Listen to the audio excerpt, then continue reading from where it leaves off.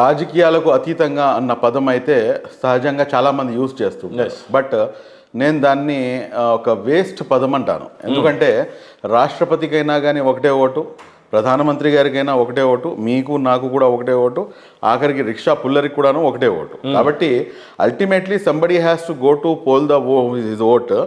ఏదో ఒక పార్టీకి అతను బటన్ నొక్కేసి రావాలి. అంటే ఏదైతే మనసులో ఒక పార్టీపై ఉన్నటువంటి మక్కువ ఏ పార్టీపై అయితే ఉంటుందో ఆ పార్టీకి అతను ఇండైరెక్ట్లీ కాదు డైరెక్ట్లీ సపోర్ట్ చేసి వచ్చేస్తాడు. కాబట్టి రాజకీయాలకు అతీతంగా అన్న పదం ఉండదు. మీరు అడిగింది 100% కరెక్ట్. బట్ ఇక్కడ ఏదైతే రాబోయే ఎన్నికలు ఉన్నాయో, రాబోయే ఎన్నికలు ఏంటంటే ఈ పార్టీయా ఆ పార్టీ అనేది కాదు, ఇక్కడ గెలవాల్సింది రాష్ట్రం. ఏదైతే ఆంధ్ర రాష్ట్రం ఉందో ఈసారి ఎన్నికల్లో తెలుగుదేశం గెలుస్తుందా, జనసేన గెలుస్తుందా, లేకపోతే వైఎస్ఆర్ కాంగ్రెస్ పార్టీ గెలుస్తుందా, లేకపోతే కాంగ్రెస్ పార్టీ గెలుస్తుందా అన్న దృక్కోణంతో మేము ఈరోజు ఆంధ్ర రాష్ట్ర ప్రజలు చూడటం లేదు.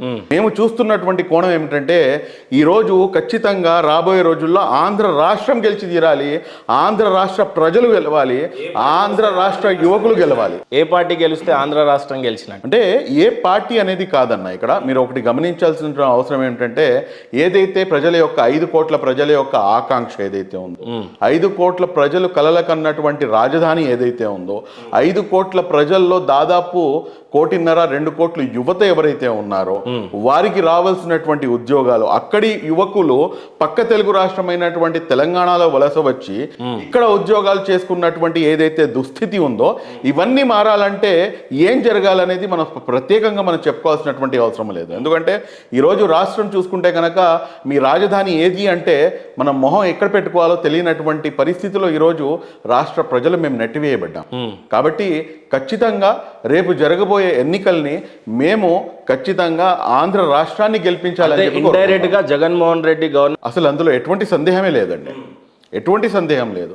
చాలా పాయింట్ బ్లాంక్లో డైరెక్ట్గా గౌరవ ముఖ్యమంత్రి వర్యులు మాన్యశ్రీ శ్రీ వైఎస్ జగన్మోహన్ రెడ్డి గారి యొక్క ఏదైతే ఆయన యొక్క పనితీరు ఉందో ఈ లాస్ట్ 4 years 9 monthsలో అత్యంత దారుణంగా రాష్ట్రాన్ని అధోగతికి తీసుకువెళ్లే విధంగా ఉన్నది అని చెప్పడంలో ఏమాత్రం కూడాను అతిశయోక్తి లేదు. 175కు 175 టార్గెట్ అని జగన్మోహన్ రెడ్డి చెప్పిన పాలన ఒకవైపు అయితే మీరు విమర్శించింది ఒక పక్క ఉంటుంది.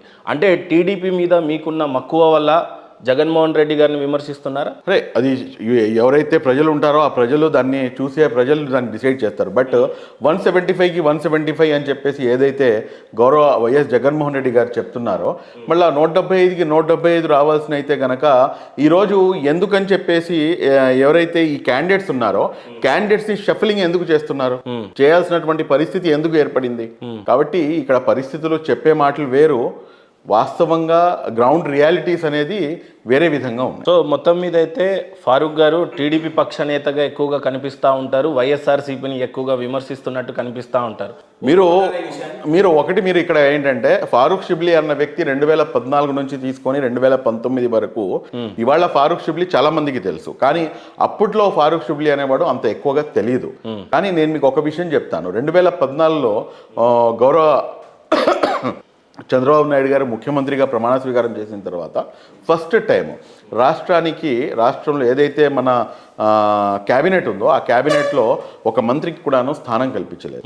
స్థానం కల్పించకపోవడం వల్ల మనం ఫేస్ చేసినటువంటి ఇబ్బందులు ఏమిటి, ఏ రకంగా దానిపై ఫైట్ చేశారనేది చరిత్రను తిరిగి చూస్తే కనుక అందులో ఫారూక్ షిబ్లీ అన్న వ్యక్తి కనిపిస్తాడు.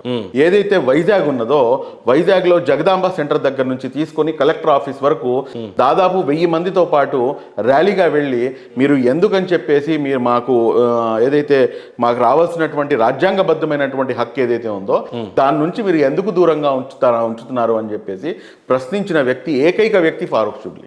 కాకపోతే ఇక్కడ దౌర్భాగ్యం ఏమిటంటే అప్పుడు మమ్మల్ని చూసేటటువంటి కళ్ళు అంత ఎక్కువగా చూడలేదు, కానీ ఈ రోజు ఏంటంటే మన ప్రాచుర్యం ఎక్కువగా పెరిగింది, ఎక్కువగా జనాల్లో కనిపిస్తున్నాం కాబట్టి ఎక్కువగా ఏదో జగన్మోహన్ రెడ్డి గారికి మనం టార్గెట్ చేస్తున్నట్టుగా కనిపిస్తుంది. ఇది ఒక రీజన్ అయితే, రెండో రీజన్ ఏంటంటే గత ప్రభుత్వ హయాంలో అన్ని తప్పులు లేకపోతే అన్ని పెద్ద పెద్ద అంశాలు అయితే బయటికి రాలేదు, కానీ ఇక్కడ చూసుకుంటే ఏంటంటే పొద్దున ఒక తప్పు అయితే మధ్యాహ్నం ఇంకో తప్పు ఉంటుంది, మధ్యాహ్నం ఇంకో తప్పు అయితే కనుక సాయంత్రం ఇంకో తప్పు ఉంటుంది. అది గౌరవ కోర్టు దగ్గర నుంచి తీసుకొని ప్రజల కోర్టు దగ్గర నుంచి తీసుకొని ప్రతి ఒక్కరు కూడాను మొట్టికాయలేయటమే సరిపోతుంది. కాబట్టి ప్రతి అంశంపై కూడాను రెస్పాండ్ అవుతున్నాం కాబట్టి ఎక్కువగా కనిపిస్తుంది.